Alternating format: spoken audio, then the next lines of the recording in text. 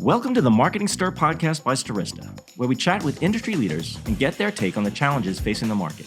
And maybe we'll have a little fun along the way. In this week's episode of the Marketing Stir, we dive into the world of influencer marketing with Sarah Adam, Head of Partnerships and Influencer Marketing at Wix.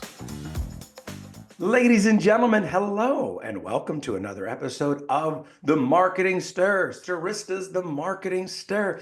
It is so good to talk to you. I felt like it's been so long. You may not know that because you listen every week or every other week with the new episodes, but it feels like it's been a while.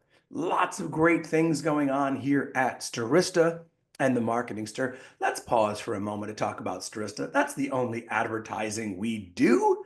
God knows we get hit up all the time from advertisers, but hey, nope, it's just us and the guests. Ladies and gentlemen, Stirista, we are a marketing technology company. We own our own data, business to business, business consumer. We, through our technology, help customers get new customers. A great concept, isn't it? Email me at vincent@stirista.com. Happy to help. Yep, I just gave you my email address. And boy, do you use it. Maybe not for the reason I intend, but hey, you're still listening and I appreciate it. I also appreciate you, the listeners, for coming up to me recently. So let's talk about what we had recently. My co-host, the commander-in-chief of Stirista, Mr. AJ Gupta, just got to see him hang out. He's not here. He's very sad about it. He is traveling again. I feel like, and maybe you feel like this, listeners, and comment please and let us know when the episode comes out. Jan, Feb, March. Is it travel time again? I feel like people are traveling again. They're getting out. We were recently at Live Ramp together, Ramp Up, the conference in San Francisco, and it was great. Take a look at their video. You'll see AJ and I featured in it. We weren't intending on it, but so many people were like, hey, I listened to the Marketing Stir. I love you guys. Are you really like that in person? And they got to see that we really are like this. Who puts on an act? This is a business podcast. Anyway, it's so good to see you. A lot of great things happening here at Stirista. You may have seen our acquisition of Andrews Wharton. They've been in the industry a long time. You might have also seen Magnetic, an awesome cutting edge creative agency. We're doing some great things here at Stirista. So we do miss AJ, but he's going to be really sad because he knows who the guest is. He knows who the company is. Ladies and gentlemen, I've got a great guest today. We talked, it feels like a few months ago, but I'm like, I feel like I know her my whole life. I don't know if she feels that way, but I say that sometimes to 25% of the guests. So don't feel bad, 75% of the others. We're now friends.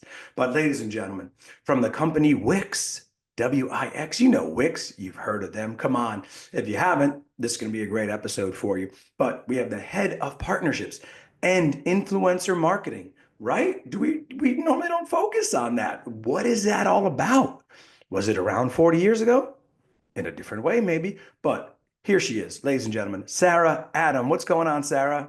I'm great. Really happy to be here. Thanks for having me.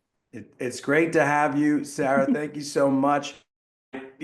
Love so many things about you. I was gonna say like and love, but it's love at this point, right? I love so many great things about you because your personality, your passion shines through, and the listeners will hear that, how much you care about Wix. You've been there, a number of years now, different roles and positions. But Sarah, tell us, because influencer marketing 30 years ago, what was it? Just maybe an actor or an actress in a commercial promoting something on, but now tell us about, first of all, people who live under a rock, tell them what Wix is.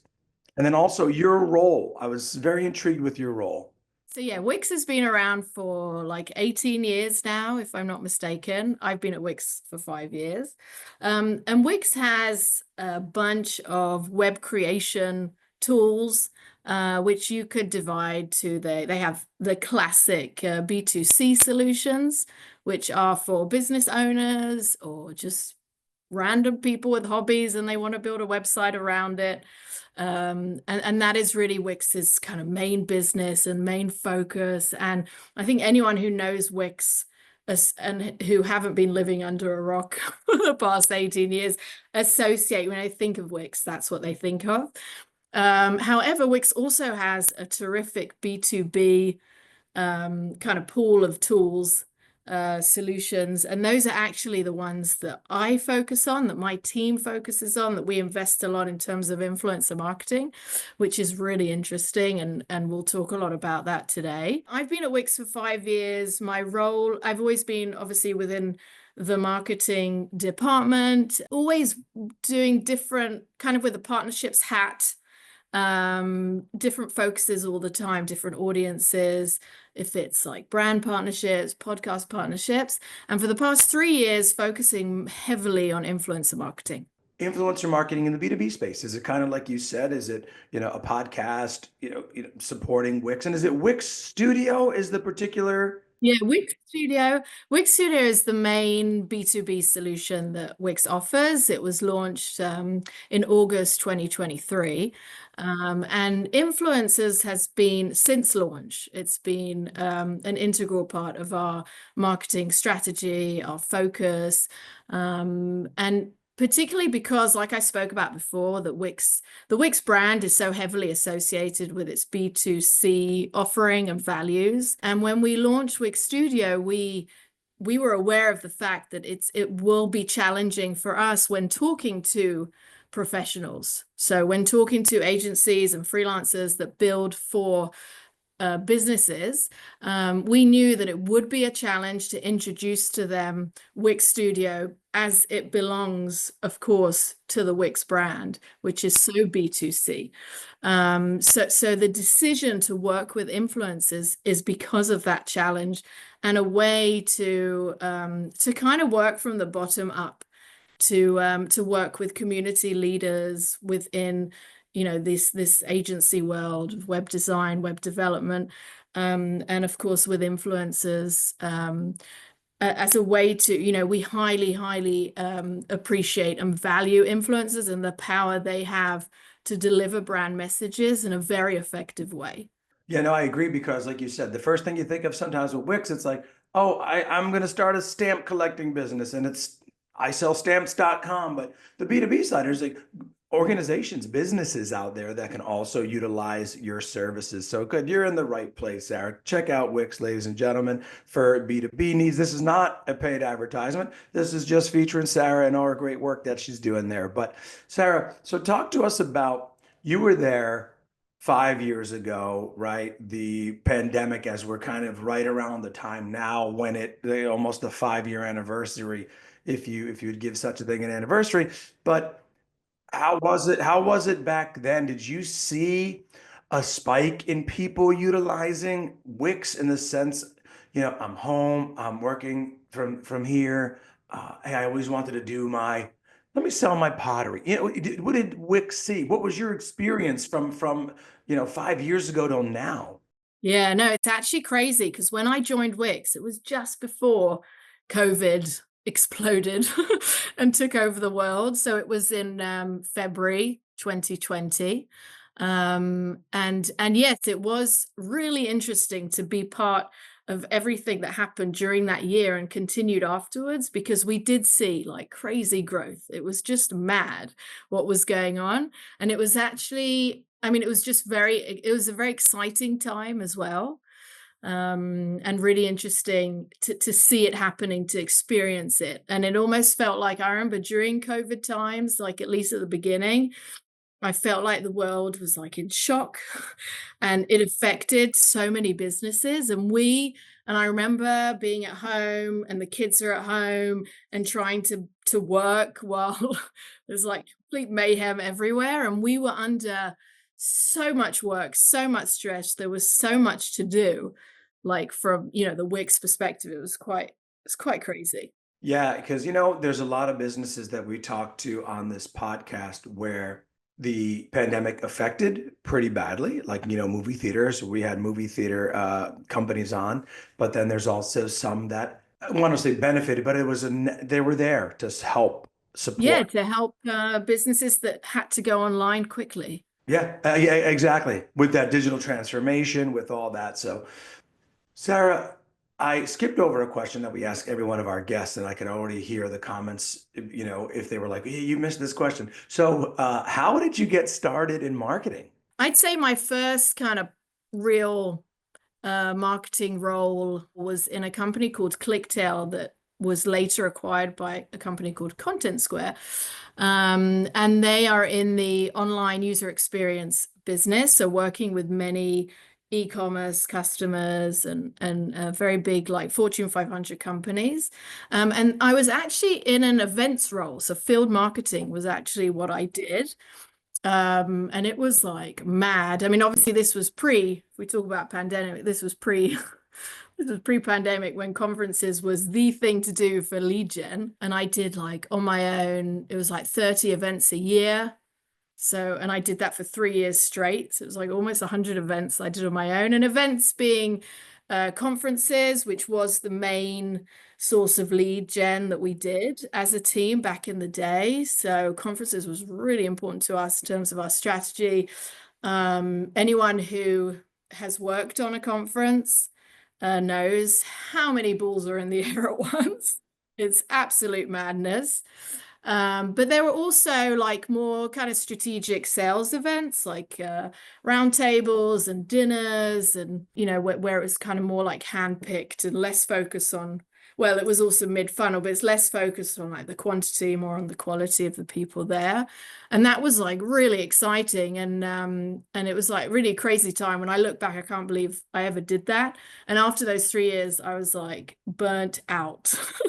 Like, I ain't doing that again. And what happened is towards the end of those 3 years, I worked very closely with our VP sales at the time, and it was actually his idea where he's like, you know what, I'm in touch with other sales teams from like brands that are, other tech companies that, we target the same audience, the same decision makers, but we don't compete over budget because we each provide different solutions. In some case there are integrations, in other case there aren't. And he's like, let's do stuff together. Let's do an event together. We bring our leads that are relevant to them. They bring leads that are relevant to us. Let's help each other. And that's where I first touched on marketing partnerships. So it started through events, but then it also went online through like joint webinars or, joint ebooks or joint social media campaigns. Like, it was really kind of endless. So that's how I got into partnerships. And I then moved on to Wix under the partnerships kind of hat. And I've always loved, and it's true for conferences, like for events as well as partnerships and now influencers. I've always loved kind of working with many different third parties, people, companies, kind of like creating those relationships from scratch, nurturing them, enjoying the fruit that comes from those relationships. It's always been fun for me. So yeah, that's kind of the journey. Yeah, no, it's a great journey. And, it's one of those journeys that partnerships has always been my thing as well. I've always liked, like you said, starting from scratch, seeing if there's something there and building relationships and having, partners and clients that have been with me and with Stirista for years. So I love that. I love that. Sarah, I wanted to dig into the influencer part, because what makes a good B2B influencer, and what kind of drew you to that influencer space? Was it something within the company where, hey, you know what, I'd like to try that. I'd love to learn more. Yeah, so two very good questions. For the first one of what makes a good influencer. So whenever people ask me that, or they ask what's a good piece of content that an influencer has created, I always say, wait a minute, what's the brief? Like, what's your goal? What do you want? Because you need to be very clear from the get-go what success looks like, to then break down, kind of do reverse engineering and think, okay, well, this is what I want at the end. So what do I need? What kind of influencer do I need? And I think for B2B specifically, which is very different to B2C, is the influencer's title, profession, skills is critical. If you want them to create specific content. Like I'll give you an example from Wix Studio. So we need to work with influencers that are able to demonstrate our product in the best way possible. So that the obvious thing that means that they must be web designers by profession. Okay, so that means I can't go to even if there's like a terrific graphic designer that has amazing numbers, does beautiful content, if I reach out to them and they've never built a website in their life, so they're not relevant to me. So I'd say that's really, really, really important, is to define that before you start the discovery process. And like, for example, if your goal is brand awareness, then you need someone you need to define your benchmark. So what's the minimum impressions that they're getting that are good enough for me, for my ROI, and what engagement are they getting? Because there are so many incredible creators out there that don't get enough love. They don't get enough views. They don't get enough engagement. So with all due respect to their content that's beautiful, if no one's going to see it, then it's a complete waste of your time and money as a brand. I mean, yes, there are ways to overcome that by boosting their content, which is a very interesting way. But it's just things that you need to define and understand what you're looking for. So that's for your first question. The second one, as to why, or at least how I got into this 3 years ago. So I always tell this story because it's just so simple. But I remember bumping into my boss, who was the VP marketing at the time. And I just happened to be in the office that day and happened to bump into him in the hallway. And he kind of showed me his feed. He's very heavy on Twitter. And he was following conversations and influencers in the web development space. And he said to me, he's like, Sarah, we need to be in these conversations. So that's how it started, that hallway conversation. And I always think, what if I didn't go into the office then? He was like, would have not have thought of me for that. Yeah. Because when you think influencers and you think even B2B influencers, the first thing that doesn't pop up is like, let's see what those web developers are doing, right? It's not really. Yeah, it's very specific. Very specific. And it's like, how many people are following these web developers? But if you're really good at what you do and you're building great websites and you're using Wix to do it. So yeah, it does make sense. It really does. So Sarah, what was also the challenge, like you said in the beginning, where to get over that people only know me for this? What was that challenge? Was it overcoming and having these influencers actually show how to use it? Is it identifying the audience to potentially utilize Wix Studio in that way? Because is it, the Fortune 1000 using Wix, or is it some of in the middle? Would love to learn more all about that. So we, if we take an example of, let's say, the web developers. So we would look to work with, we still do, not just any web developers, but web developers that actually, they actually build websites for customers as a living. And they don't only talk about how to do it, but they also talk about the challenges of growing their agency, or if they're freelancer, growing their business, how to attract clients. So we're kind of looking for quite a lot, to be honest, but we're looking for like the whole picture. And this helps that it's not easy to find, right? And once you do find the relevant influencers, you do need to dig into their content and see that they can touch on several things, and they're not just it's not that they're just teaching a tool, but it's beyond that. And that was another question I was going to have, again, maybe without revealing the secret sauce. Where does one find an influencer like that? It's, there's certain companies out there that help. Just curious for the listeners, again, without saying, don't go after Wix's influencers, but yeah. So there are many ways. There's many ways. And when people ask me, like people that haven't yet done, they haven't yet done their first campaign, they haven't worked with influencers yet, and they say, well, where do I find the influencers? So I actually remember when I started, and this is what I tell them. So, there are many platforms out there.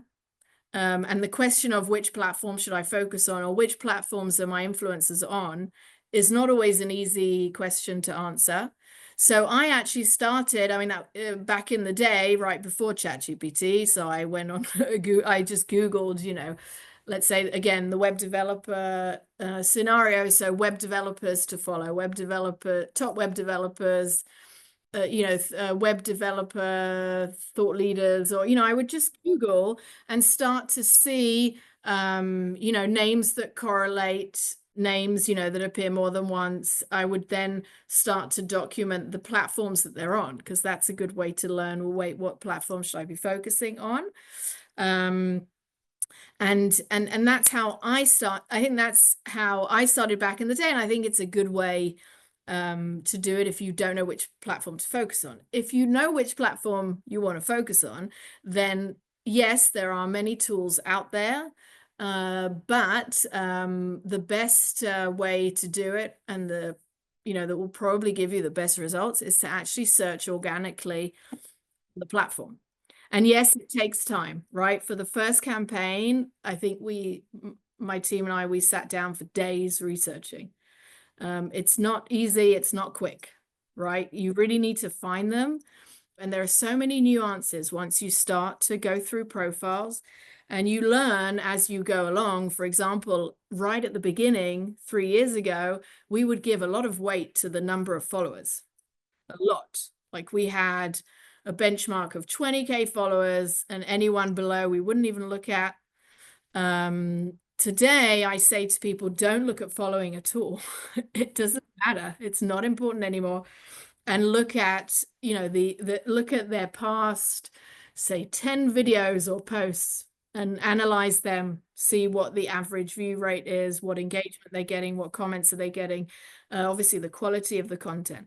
Well, that leads me into my next question, Sarah, was some of the challenges that you've had and how you had to overcome them. It sounds like one, and you're right. You often hear like, how many followers do you have? How many followers? It's even now, like with this podcast, there, the amount of people who listen, great, but we get hit up all the time. Hey, could you do this? Can you do that? Can you do that? Can you get my guest on? Can you get, no. Like, well, this is not what it's intended for. It's just thought leadership and getting that out there. But in your case, what were some of those challenges? Not looking at the followers, focusing on the quality and the viewership. Talk to me about some other ones. Yeah, I think, look, there are many challenges. I mean, working with influencers it's tedious. Okay. And even if you have a magic platform that takes you from A to Z, and there are too many out there. There are still, I once counted, there's 19 steps for every deal, for every influencer partnership that you close, which is mad. And there's a lot of attention to detail. And I feel that each step in the way has its challenges and the things you need to, a lot of learning along the way, learning from mistakes. But to name a few, influencer discovery is extremely time consuming. Again, even if you have a tool, you still need to review every single result that you get to make sure, no one's going to just download a list and boom, send a bulk email, right? Like there's so much at stake, as it were, like when you're working with influencers. So definitely discovery. And then there's the stage where, okay, I found an influencer that I love, right? They tick all the boxes. The thing is that, there's a reason why you love them. And when you give them the brief, you don't want them to create something that's different to all the stuff they've done until today that you love, which is the reason why you chose them, right? You chose them because they're authentic, because the type of videos they do are beautiful, or they align with your brand or whatever. So there's this very delicate balance that you need to manage when you work with influencers between the brand guidelines, what it is that you want them to do, and to balance that with giving them creative freedom, and allowing them to kind of stay on brand, and for them to be, aligned with and loyal to their own authenticity and style. Because after all, that's why you're working with them. Otherwise, you would just do paid ads. So that balance is never ending. It's a challenge that never ends, right? Because there isn't some secret formula, and it's different in each partnership. And even within the partnership, it can come up with one video more than another, right? So each asset, essentially, when you're doing the feedback process, which I think is even more tedious or challenging when it's a tech B2B, you know, as opposed to, I don't know, like a B2C product. So the feedback process is so important. And like I said, it's so delicate. And that's something that my team and I have just learned along the way. Like, it's very difficult to teach that. You just have to experience it and understand like where to draw your kind of feedback line. Like, when do you, what feedback is okay to give? What should you keep back? Because if you do, it's going to damage their style, you know? So we try in the feedback process to only focus on feedback that's critical to the product, right? So if, for example, they said, I mean, this is an obvious one that does happen sometimes, if they say Wix instead of Wix Studio, okay, or if they used a certain feature, but in fact, there's a quicker and easier way to do it, and then we need to correct. So that's like on the product level. So we try and keep feedback to the critical things only, and not comment on style or the music they chose for the background or the t-shirt they're wearing. No, it is that balance, like you said, because it's not like, oh, this soft drink is amazing. I drink this soft drink all the time. No, it's you're showing people from Wix Studio the the different features, how easy it is. That's so, and you don't want it so far away because even I'm sure in the B2B space, these influencers are like, oh, I'm an artist. It's like, you know, like it's that balance of, like you said, creativity and corporate. Because I'll tell you, Sarah, I've been turned off by certain influencer marketing on the consumer side. I remember I was going to buy this cookware and they used heavy influencer marketing, but like influencers who are like these, like the seventh lead on a reality show. And I'm like, what? I was like, you know, I don't like these shows. But then I saw other cookware with actual chefs cooking with it. And they weren't like, you know, they were just like, oh, I'm using this new cookware. You know, I'm going to test it out. It was so, and I bought that cookware. So it is that balance. It's that balance of, you know, creativity. Yeah. And I think also, and this may be particularly true for B2B, and it's something that we see a lot on LinkedIn specifically, is we'll reach out to influencers that haven't worked so much with brands, or have just done a few deals or no deals. And, you know, and we talk to them and they're on board and we sign a deal and we give them the brief, and then they submit their post and it's like an ad, like they just created an ad. And then, you know, we go back to them and we say, no, no, no, no, no, we don't want an ad. You know, we want something real. We can do an ad. We don't need you for an ad. So I think, and this is something, like I said, that we experience quite a lot on LinkedIn specifically, maybe because influencer marketing on LinkedIn is relative. It's not new.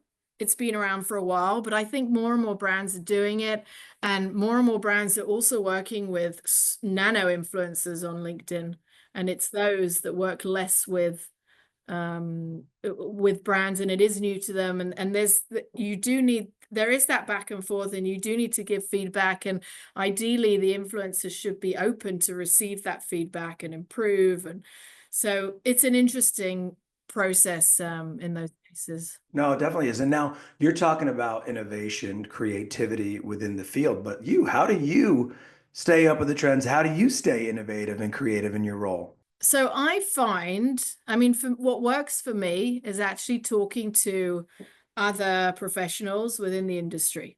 So be it other in-house influencer marketers like me, or agencies or agents or the influencers themselves. Like, I find that through just real conversations where I'm sharing what I'm working on, they're sharing what they're working on, I find that to be the best way to learn what's going on, what other brands are doing, what's trending.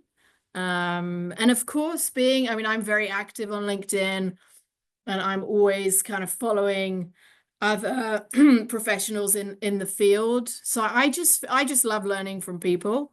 That's just my thing. But there are so many ways, like so many newsletters that are very good in like sharing trends and campaigns. There are so many ways to get that information. And Sarah, now we are to the more personal side of our podcast, right? To get to know you a little bit more. But we have one question that is work and personal a little bit. It's our LinkedIn question. We are just talking about LinkedIn, and I segue into it, where, your title, the company that you work for, right? You are active on LinkedIn. You must get emails or messages all the time. What's an email or message that resonates with you? And what's one that like automatically you're like, nope, turn off? So, Notice the chuckle, ladies and gentlemen. Yeah. so if we're just talking about emails or messages, because I have a lot to say about my feed, but if we're talking about emails or messages, so I get pitched to a lot, as do many brands. That's nothing new. I get pitched to by agencies, by agents that represent influencers, by influencers themselves. And I really do try my best to respond, even if it's not relevant. I don't always get through to it, like get around to each and every one, especially on my DMs. But there are the ones that that I really think are just wrong, is when I get it mostly from agencies that are looking, to provide some sort of service, where they ask, so what are you working on these days? Or what's your strategy? Or what's your plan? And I just think, well, why would I tell you? Like, you don't even know me. Yeah. I don't know who you are. Like, why are you expecting me to just tell you what my plan is? Like, I think it would be so much more effective if they just said, well, this is what we can do for you. And if it's relevant, then I'll answer. But that's the one that I don't even respond to. That's so funny. That's the first. I've never in all these, but no one's ever been like, "Hey, what's your plan?" And like, I'm sorry, who are you? Like, not hi, Sarah. Looks like we're in the same group. Looks like we went to the same university. Like, Yeah. oh wow, that's fun. Yeah, tell me about this feed. What is this feed you're talking about? I mean, my LinkedIn feed, I've never loved it. Because I just feel it's either, it used to be filled with, I'm so proud, I'm so happy to share, I've been at a conference, we're going to be at a conference. And I always say, you know what? I don't give a shit. Yeah, it's like great. Sorry, but I don't. Like, if your post does not bring me value, then it's a waste of my time. Waste of my scroll. So the thing is, so that's always been the case, and I have seen improvements over the years, but there is the odd I'm proud of, I'm excited to share, or finally, which always makes me laugh, because no one cares how long it took you. Like, just say what it is that you're launching. No one cares. If anything, it sounds really bad that you're finally launching. Took me 71 years to do. I was like, that's a long time. That's yeah. Yeah, like really, less is more, people. But what's recently like really ticking me off is when people it's so clear that AI has written their post. And I don't know if you've noticed this recently. I've noticed this over the past like few weeks, that people have like the hook, like the title of the post is bold. And the font is off. It's not the usual font. And that's like, oh, come on.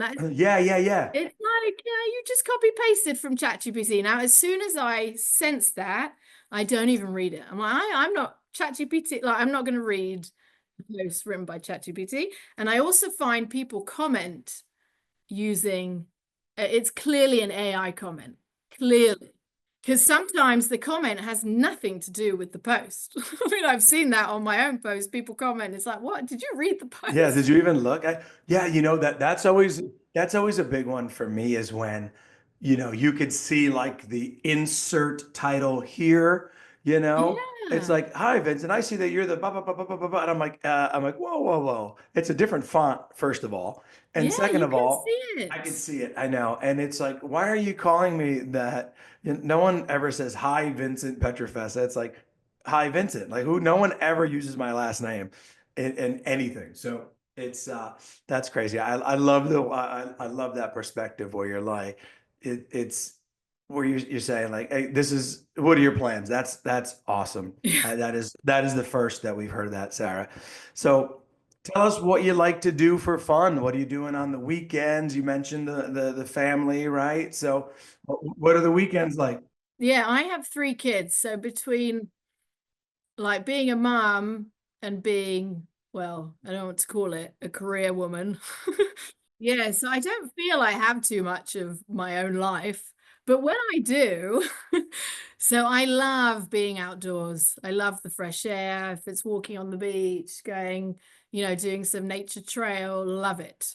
And of course, I mean, with my husband, with my kids, with our dog, that's where I'm most happy. That sounds happy to me. Yeah, that's outdoors, the beach, dog, the kids. That's amazing. Yeah, yeah, that's what life is really about. I love it. So, Sarah, anything else for our listeners? Any closing thoughts? Anything you'd like to share? Well, I really enjoyed this. I mean, I love talking about influencer marketing always. And anyone who's interested wants to talk about it a bit more, you could email me, DM me, just don't ask me what I'm working on. I was just going to say that. And I'm always happy to talk. You shared your email at the beginning. I share mine on my profile, so don't be Yeah, do shy. that. Don't give it to the don't give it to the listeners. But yes, but ladies and gentlemen, that's Sarah Adam. Like she said, message her at Wix Studio, right? So head of partnerships and influencer marketing. I really enjoyed our time, Sarah. It really opened my eyes more on influencer marketing, especially as it pertains to B2B.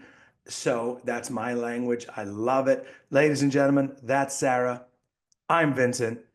AJ somewhere. We'll get him back on, ladies and gentlemen. He's anxious to tell you about Ramp Up because that guy's like a celebrity there. But it's been fun. Thank you so much, Sarah. Thank you, listeners. This has been the Marketing Stir, and we'll talk to you soon. Thanks for listening to the Marketing Stir podcast by Stirista. Please like and subscribe. If you're interested in being a guest on the podcast, please email us at themarketingstir@stirista.com.